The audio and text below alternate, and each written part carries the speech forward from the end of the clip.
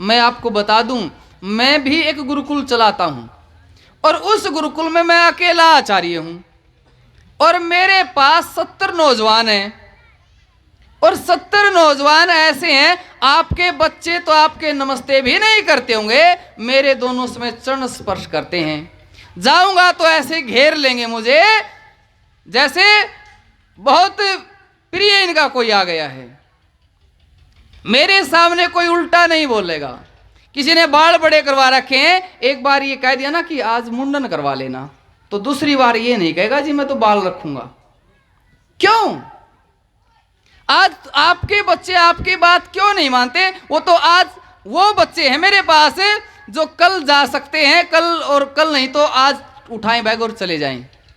लेकिन मैं कहता हूं अपने जीवन को सबसे पहले बनाना पड़ेगा, तब आपके बच्चे आपका अनुसरण करेंगे। कहते जैसा पानी कुएं में होता वैसा बाल्टी में होता है और जैसा टंकी में होता वैसा टुंटी में होता। और आपका जीवन कैसे श्रेष्ठ होगा? बच्चों को कौन सी शिक्षा देनी है आप पता ही नहीं आप लोगों ने। कैसी शिक्षा देनी है बच्चों को? 5 साल के को क्या सिखाना है, 8 साल का हो जाए तब क्या सिखाना, बड़ा हो जाए तब क्या सिखाना, आप लोग जानते ही नहीं उस बातों को। आपको गृहस्थ के नियम ही नहीं पता है। चलो 2 बात गृहस्थ की बता के वाणी को विराम देता हूं, ज्यादातर ये माताएं बहनें बैठी हैं।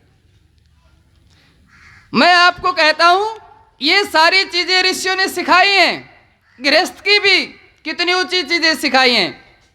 कहा कि पति और पत्नी में प्रेम कैसा हो? कहते पति और पत्नी के हृदय ऐसे मिल जाएं जैसे 2 जल मिल जाते हैं। एक पानी यहां का मिला दिया, एक पानी उत्तर प्रदेश का मिला दिया तो दुनिया की कोई साइंस अलग नहीं कर सकती।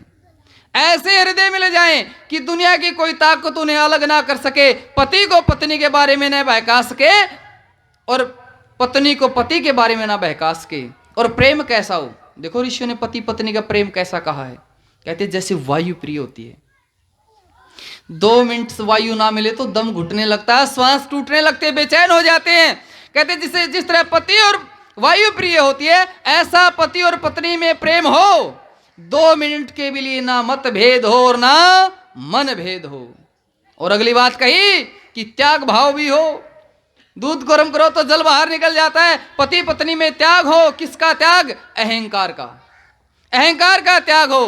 क्या कहते हैं पति और पत्नी? पत्नी और पति कहता है कि हे देवी, यदि आप में और मुझ में कोई अनबन हुई, कोई झगड़ा हुआ तो मैं मेरे अहंकार का त्याग करूंगा और मैं आपको मनाने के लिए दौड़ूंगा। इधर से पत्नी कहती है हम दोनों में कोई अनबन होती है, आपसे पहले मैं मेरे अहंकार का त्याग करूंगी, मैं आपको मनाने के लिए दौड़ूंगी। पति पत्नी को मनाने के लिए दौड़े और पत्नी पति को मनाने के लिए दौड़े तो उनमें कहां लड़ाई झगड़ा है? आजकल उल्टा हो रहा है। थोड़ी सी हो जाओ, अरे अहंकार तो कित त्यागना, जब ये अपना झोला उठाऊंगी उन्होंने कहीं मैं चाली अपना घर गलत देख लूंगी तने। लड़का भी कहेगा उनका फोन भी नहीं करता, गलत तेरी फड़क काटनी है मैंने।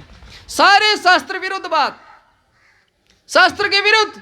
अगली बात कितनी बढ़िया कही, कहता है पति कभी वो कार्य ना करे जो पत्नी को पसंद ना हो और पत्नी कभी वो कार्य ना करे जो पति को पसंद ना हो। जब पत्नी पति के विरुद्ध कार्य नहीं करती तो कहां लड़ाई झगड़ा, और पति पत्नी के विरुद्ध कार्य नहीं करता तो कहां लड़ाई झगड़ा। कहती थी किसी बात को लेकर अनबन हो जाए तो 4 बातों का ध्यान रखें। पहली बात, यदि पत्नी क्रोध में है, गलती भी पत्नी की है, क्रोध में भी पत्नी है, तो पति शांत रहे। ये नहीं कि पति उस तो छात में तो लिगड़न हो रहा है, पति शांत रहे। दूसरे नंबर पर पत्नी की बातें ध्यान से सुने, यानी तू भोगती और मचलिया बाहर, ध्यान से सुने कहना क्या चाह रही है।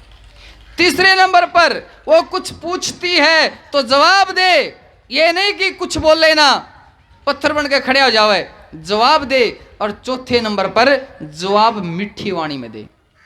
गलती भी पत्नी की, क्रोध में भी पत्नी, पर पति ये 4 काम कर रहा है तो कहा जब पत्नी शांत हो जाए 1-2 दिन बाद फिर उसको को देवी जी गलती आपकी थी, ऐसा व्यवहार नहीं करना चाहिए, वो महसूस करेगी। फिर यही बात पत्नी के लिए कही है, यदि पति क्रोध में है तो पत्नी शांत रहे, ध्यान से सुने और जवाब दे, मीठी वाणी का प्रयोग करे। जब पति और पत्नी में ऐसा प्रेम होता है तो ऋषि लिखते हैं उनकी संतान बड़ी योग्य होती है।